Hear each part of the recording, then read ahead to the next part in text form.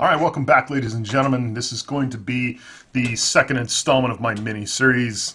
Just got done actually finishing up the first one, but I'm going to kind of space out the manner in which I end up uploading them. This next installment that I have for you is I had a whole laundry list of things that I wanted to touch on, and then I had to come up with a couple rough drafts and kind of merge some of it together. I've got anywhere from, gosh, you know what's interesting is I actually did this in about a night or two while I was at work. So I'm taking a look at right here in front of my face. We've got 1, 2, 3, 4, 5, 6. 6 topics that I want to hit, but the thing is that each one of these 6 episodes that I have coming out are hopefully not going to be very long. Hopefully they're not going to be droning on for about, 40 minutes and 50 minutes and 60 minutes like some of my other videos do. So I'm going to hit this hard and fast for the most part and try to get it out as timely as I possibly can. I had a disclaimer that I was going to put at each one of these in the beginning, but I decided not necessarily to do that. I think a lot of my subscribers pretty much already kind of get the idea of what it is that I'm saying when it comes to these videos. And if you don't, go back. If you have not seen the first episode of this, go back and watch it. They're not necessarily intertwined to the point where you have to watch them in chronological order. You can actually watch them in many different orders, and that was kind of the way that I had set it up. But as it stands right now, as officially as when this video is being released, I have only actually filmed one of them. This is the second one that I'm doing, and then of course I'll try to get the other ones out as well. So obviously the 2017 season NFL draft has already passed us by, but I decided to kind of come up with this a little bit late, about a week before the draft had actually come out, when I came up with this idea of coming out with a miniseries, because for the most part the BFG channel is fairly silent during the draft. There's not a whole lot that's going on. I kind of hit maybe a little bit of a review, but that's about it. I don't go into a whole lot of and this, for some people, especially like on the Louis T network, that's one of the most busiest times of the off seasons, because he's covering so much stuff and he watches so much film and he knows so much of each player that he's got to come out with a lot of content. Me, I don't necessarily come out with a whole lot of content during the combine, because, to tell you the truth, or at least during the NFL draft, because a whole lot of that process doesn't really necessarily interest me. There's a whole lot that I can't necessarily control. There's a lot to report, but it's all just kind of up in the air, to tell you the truth. So I don't really try to hit too much. I'll evaluate a couple of big prospect players, and then that's about it. But I do have a method when it comes to the NFL Combine. I do have reasons for doing what it is that I do, and I do have certain things that I do in a process. And I think I get asked enough questions to where I kind of want to put out a little bit of an informative miniseries so that you guys can kind of understand where that comes from. And this next episode that I have out is going to be one of the facets of my evaluation process, not necessarily an evaluation process as it is a philosophy. And one of the things that I want to hit on this particular episode, and this title, of course, as you can see down below, is misconceptions about the Combine. I believe that there are a lot of misconceptions about the NFL Combine. The first thing that I have down on my bullet point notes is that the Combine has kind of become this entity. I come from an era when the Combine meant something a little bit different than what it is now. It has blown up so much in just the last 20 to 30 years as far as what the Combine means in just television ratings. It has become this huge, massive network production now.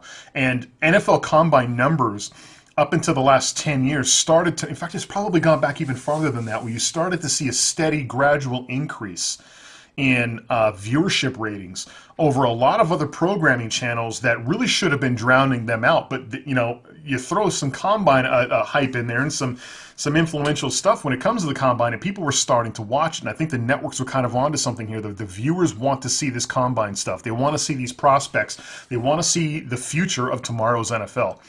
And it became this huge production, it became this huge deal, and then I think a couple of years there where they really invested a lot of time and a lot of effort into bringing you the NFL Combine, viewerships went out the window. I mean, it just went through the roof. And so now it's become this big process, and especially, you start to focus on some skill set players and some skill set positions, and you highlight those. And a lot of people ingest that stuff. They want to see that stuff, and they take that stuff in. And that's great. I think that that's an important aspect of the NFL experience. But But I think it's important to also note that it's become a multi-million-dollar industry, just the combine in and of itself, as far as where it's being played at, how it's being covered, the individuals that are going to carry the combine. Each and every single year you have bullet point players, big high-profile prospects, guys that are going to be first-round draft selections that you start slapping advertising dollars on. Individuals that, that you're not necessarily paying contracts to quite yet, and that's the indentured servitude aspect of college football that people keep talking about, and that's a big part of it. You're advertising players that don't even have contracts yet, and you can do that. And it's become what it is that it's become. So ratings are a big part of the reason why I believe that the NFL Combine has become as big as it's become. Now, for those of you that don't necessarily know about the NFL Combine, I can't imagine why you're watching my channel and don't necessarily know what the Combine is. But the Combine is of course what it is, where you have a certain weekend where you get all of the top draft pick players, draft prospect players in one place, in one arena. And you have them go through a series of skill sets, a series of drills, whether it's a bench press, whether it's push-ups. I don't even know necessarily. They have shuttle drills with cones. They have vertical leap tests to test your vertical leap. They have all kinds of different things that you do to measure your athleticism. And it's become a televised thing where, you have the group of quarterbacks doing all this in one day, and you want to see how fast the quarterbacks are. You want to see how good the quarterbacks are throwing in transition or throwing routes. You want to see how high they're vertically jumping. You want to see all kinds of different aspects about the quarterbacks. Then you go into the wide receivers, and then you have the linemen and the defensive linemen and the pass rushers, and it gets all broken up in these little sub-different categories, and these individuals are measured on their performance, and those performances are stacked against each other. So you can see coming out of the combine how athletic these individuals actually are, and it offers a little bit of a window into what your draft prospects are going to look like. So basically it's a chance to critique and analyze athleticism. Of course, I already went into the obstacles, the measured time, all that stuff is calculated, all that stuff is pretty much made into comparisons, and we love to do that. We love to break those things down. But we like to also, and I mentioned before, we also like to focus on some of the super athletes, some of the individuals who are really athletic and how fast they run or how many times they bench press a certain weight. We like to emphasize those things. Behind the scenes, some of the processes that actually go on, you don't necessarily know some of the processes that go on behind the scenes as far as what goes on off camera. And I don't even necessarily know a lot of that stuff that goes on. I know a very little, and I've read a couple of books that have kind of given me a little bit of an idea, and then you hear rumors and conjecture as far as certain beat writers will talk about what goes on in some of these things, and you kind of get a little bit of an idea. But in my opinion, the NFL Combine's a little bit like Texas Hold'em to a certain extent. You're getting you got your two cards, and those two cards are pretty much going to be played against the community cards. And the community cards are what I would consider the process, the off-season process. And you got a couple aspects that you could throw in as the flop. And that's kind of what I consider the NFL Combine to be. It's kind of the flop. Everybody kind of gathers in one place, and we're all kind of seeing the same prospects, but everybody has a different hand. Everybody has something that's different that they're bringing to the table. I have different needs than what this other team has, and what this team has, and what this team has. We have different holes that we have to fill. And we're all using these community players as far as what it is that we're going to pick and what it is that we're going to take. So I kind of take a look at it to a certain extent. I kind of take a look at the NFL Combine as like the flop in Texas Hold'em to a certain extent. This is really a chance also for teams to get together. You got a lot of upper management, owners, general managers, presidents, the bigwigs, the big dogs that come together in this one venue, in this one time to look at these prospects. And in my opinion, this is really where these players kind of come to see the game face. They kind of come to see, hey, what do the Minnesota Vikings got planned this year? What did the Pittsburgh Steelers looking at? Who are they looking at? Who do they think is what kind of needs are they saying that they have? it's a big guessing game. I think they kind of measure each other up to a certain extent, and this is where rumors get passed down. Hey, you might want to pass on this kid. We don't think he's that great of an athlete. Or hey, this kid might be, a steal in the third round, and all kinds of different things I think that take place. But if you are an executive, this is where you want to be, because the future of your franchise is going to be at that combine, and you want to get a really good idea of how you're going to fill out your draft board. This is one of the aspects that helps you do that. Also, one of the things that I don't necessarily know a lot of people know that takes place as far as an NFL combine is concerned is the medical evaluations.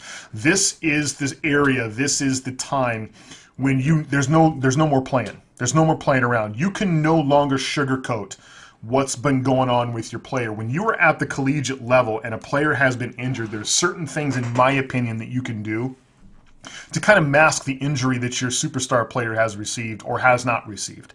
You could say that, he's had a little bit of a tweak in his knee, and then you end up showing up to an NFL combine being evaluated by professional doctors. Some of these guys are very, very highly paid, highly reputable doctors that are taking a look at the slop of this guy's knee saying, dude, this guy's blowing his knee out several times. This guy's knee is jello. It's more than just a little tweak. So this is where you get to see, scar tissue, previous surgeries. You get to ask about medical history. You get to ask about these guys go through a full gambit, a full routine as far as a physical is concerned. And that's kind of where your measuring stick is at for a lot of these owners. Say, okay, just how healthy is this guy? The Redskins this year just got done drafting Jonathan Allen in the first round, and the big thing on him was his shoulder. Now, prior to going into the combine and even coming out of the combine, he's been evaluated on several different occasions where doctors who are not associated with the University of Alabama has taken a look at that shoulder and said, you know what, the shoulder looks good. The shoulder looks fine. These are not team doctors. These are outside interests, other individuals, other professionals taking a look at that shoulder saying, you know what, his shoulder should be good. If his shoulder was garbage and absolute trash, Alabama would not necessarily be able to do anything to be able to hide that. Another team evaluation who's not associated with that college is going to say, this guy's shoulder's garbage. I'd stay away from him. Or pick him up if you want. He might be able to recover during the season to be 100%, but for right now, this shoulder's a lot worse than what people say it is.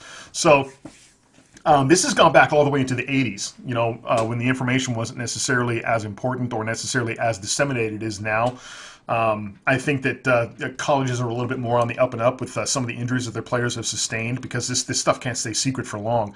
But as far as that is concerned, that's a process that actually takes place that is one of the Rubik's Cube's sides as far as the NFL Combine is concerned, that these players do get evaluated by medical professionals, so they can't necessarily hide to a certain extent these injuries that these guys have got. Also, you kind of want to be able to decide at this point how well this process is going to translate to the next level. The NFL Combine offers up a small side of the talent evaluation as far as how you want to evaluate your talent, is how you want to put together your draft board.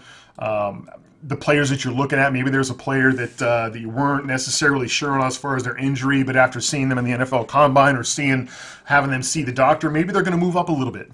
Or maybe they're going to move down. Maybe there's something beyond the Senior Bowl and going into the NFL Combine that says, you know what, this guy's going to fluctuate a little bit because we didn't necessarily see something. Or there's something that we missed that we like. There's something that we missed that we didn't like. It's a gauge. So it really kind of gauges what your prospects are going to look like and how your draft board is going to ultimately flesh out. This is one of those steps in that NFL draft board process. One of the biggest misconceptions, one of the biggest things about the NFL Combine that really kind of drives me insane is that, and this is a kind of a philosophy of mine that I've had for years, and one of the great things I had about Scott McLuhan coming into this organization, the guy was just singing to my heart when he mentioned this, and he's absolutely 100% right, that you do want to use the NFL Combine as part of your process, but you don't want it to be the cornerstone. You don't want it to be the cornerstone of your evaluation process, because at the end of the day, the game tape is the DNA. You can go through combine results as much as you want. There's a lot of teams that don't pay. There's a couple of these guys that don't really pay attention to combine results at all. They don't care. They really don't care. And I can understand that philosophy. I can completely subscribe to that, because at the end of the day, you're not going out and playing football in t-shirt and shorts. You're not running around cones on a football field. When it's 4th and 3 and your team's down by 7, and you got 2 minutes left, and you got to march down the football field, you're not going to go out there and start bench pressing 140, pounds, 20 and 25 times. Okay, you're not going to be going out there doing a bunch of vertical leap tests. Okay, you're not going to be going out there doing long jump and broad jump and whatever the hell else it is that they do at the NFL Combine. You're going to be putting on those pads. You're going to be going on that football field with, 10 other players trying to get that ball down the football field. So at the end of the day, how important really is the NFL Combine? Some people would say it's very, very valuable. I tend to think it's somewhat valuable, but as far as evaluating talent and having it become the cornerstone of me measuring the future of my talent, I would say that that's not a probability at all. I use very little of those results. The only result in there that I'm interested for the most part is speed. That's roughly about it, but even then, I don't really put that much of a measuring stick on speed. Aside from that, there's not a lot the NFL Combine, I think, has to offer, but there are some people that put some weight into it, that say, you know what, you've got to be able to do these certain things, at these certain marks in order for us to kind of take a look at this, whether this is going to be a person that we want for this position. Everybody's evaluation process is a little bit different. So your skill sets are pretty much on full display. And you have to remember that the NFL Combine also does not include one of the most important aspects about evaluating the future of your football franchise if you're looking to draft players out of the NFL draft. The number one thing that the NFL Combine does not provide you is the team aspect, the team atmosphere. Football is the ultimate team sport. There are individuals that help propel you to that next level, that help you win, but without a supporting cast around them, really those individuals aren't anything. You can say whatever it is you want about certain superstars on certain teams, but if you take a look at these bottom, the basement teams that have the top end number one draft selections every single year, and yet still can't get out of the cellar. These are people that have some of the best prospects coming out of college that should spell the next 10 years of their franchise's existence, and they can't make it work. It's more than just the individual. The NFL Combine does nothing for the team aspect. You have to see what the game film has to offer to see what kind of a team player that they're going to be, how that is that they contribute in that particular scheme, and how that can translate into what it is that you're trying to incorporate on your franchise too. That's another reason why I don't put a whole lot of emphasis on the NFL Combine. Now, one of the big caveats as far as the NFL Combine is concerned, and this is kind of moving a little bit up beyond the NFL Combine, but right around the Combine area is when the NFL tends to, when you start having these camps, these camps and these organizations and these facilities that facilitate certain skill sets. And I think, in my opinion, the NFL started to notice that there is, whether you want to admit it or not, there is a gap between the pro level and the college level. There's a huge gap, and the NFL has tried to do things to bridge that gap. Just to if the gap is out here, the NFL has tried to bring that gap here. In other words, we're trying to shorten the time in which a player gets used to the pro level. Where it used to take 5 years for a quarterback to really get used to a system, let's try to do some things now where it's only going to take him 2 years, or maybe even a year. How can we do that?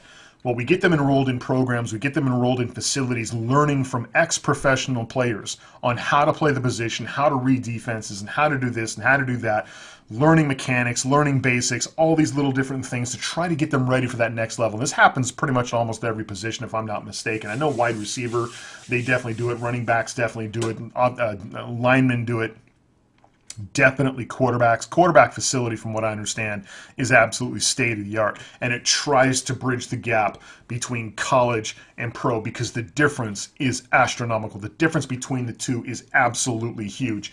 So we're trying to bridge that gap. That's one of the things right around that NFL Combine process that it tries to get these guys ready, is being able to get these guys enrolled and networked out through these programs to try to get them in these facilities, in these programs, and training them to hopefully be able to move on and push the NFL in a positive direction when they get to be pros.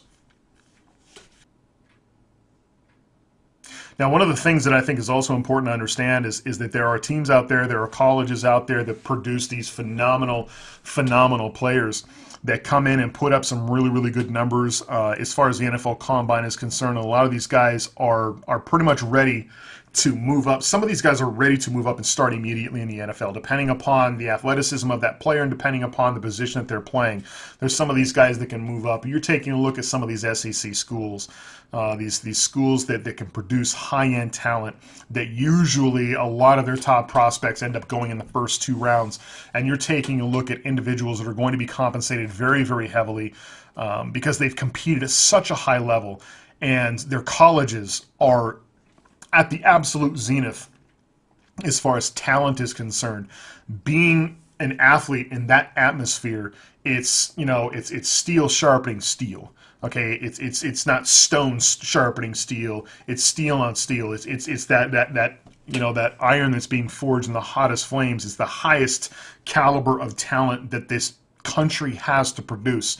A lot of that talent is in the SEC, and you take a look at some of these schools like Auburn and Alabama, these Mississippi schools, and some of, you know, you got LSU, you've got all kinds of different schools out there that belong to the SEC that produce some really, really high-end talent that sometimes, you know, these guys go into an NFL combine and some of them do fairly well, some of them do well, but it's kind of hard to evaluate the talent at that level if you're only using combine numbers. Some of these guys compete at a level that is beyond what you can measure at a combine. But you put them in a combine setting and you say to yourself, wait a minute, this guy ran a 40 a little bit slower than what I thought he would. This guy didn't have a whole lot of agility during the shuttle drill. This guy kind of stumbled a little bit when it came to a vertical leap. We thought his vertical leap was a lot better than what it was. Maybe this guy's going to fall down in the draft board a little bit because his skill set isn't quite where it needs to be. And this is where you got a lot of what I would consider career NFL analysts who their sole job is year in and year out is evaluating NFL draft talent. They use the combine as a blueprint to kind of move on through that offseason process, that these guys are the ones that are talking about individuals like that. At the end of the day, some of these guys may put up some marginal to subpar combine numbers, but man, you put those guys in pads and helmets and they go out there and they just ball out, and you don't understand what the difference is. You have to be able to gauge NFL combine talent and really kind of, in my opinion, take it as you will. But you should not be using the NFL Combine as a major cornerstone to what you think your team should draft on draft day. You should not sit there and say, we shouldn't have taken this guy because his 40 time was horrible. He didn't have a very good vertical leap. I don't care about any of that stuff. He was only able to bench press this amount of times. Can you play? Can you play? Okay, Bo Jackson was one of the greatest running backs to ever touch a football. And the guy didn't lift weights. The guy was phenomenal as far as an athlete is concerned. Never lifted weights. Hated lifting weights. Never lifted weights a day in his life. You know, or he did, and he just hated it and was never a part of his regimen. He would do nothing. He was just a natural freak, a natural specimen. Now, are you going to sit there and say, well, you take a look at this guy, he looks like $1 million, but you get him an NFL Combine, and he's not able to bench press this. His shuttle drill doesn't really look all that great. Are you going to tell me that you're not going to pass up the opportunity to draft a guy like that? No, because when you give him a football, you put him in a helmet, the guy's going to go crazy on the opposing team. You're going to want that guy on your team. So, in my opinion, I think that the NFL Combine is really just one of those television programs that you sit down and just watch people in t-shirt and shorts go out and get tested on their skill set. And that's about it. That really is about it. That's really all I tend to use the NFL Combine for. If I want to evaluate talent, then I would have to say in percentage, how am I implementing the NFL Combine into my evaluation process percentage-wise? I would say about 5%. 5% of my evaluation process is solely based on the results from an NFL Combine. That is very, very little. Very, very little. That's not even 10%. I would not even give it 10% at all. I would not say 10% is I could really care less what the results are. Besides the speed, and I would want speed for my corners, I would want speed for my safeties. Do I think a wide receiver needs to have a buttload of speed? It's nice. It would be nice to have guys like Deshaun Jackson on my team once in a while. But at the end of the day, you don't need a whole truck ton of speed. I want to know what kind of routes you're running. I want to know if you can catch a football if I throw it to you. I want to know if you can block. I want to know if you can find the gap in zone coverage. I want to know a lot of different things about you that this NFL Combine crap's not going to be able to tell me. So those are the intangibles that I'm looking for. NFL Combine stuff, very low on my radar. Let me know what you guys think down below. I'm going to be posting another video here. I'm not sure exactly which one I'm going to have out next, but definitely look forward to more episodes as far as this series is concerned. Let me know what you guys think if you have any ideas. Don't forget to like, subscribe, and share, and we will catch you all next time. See ya.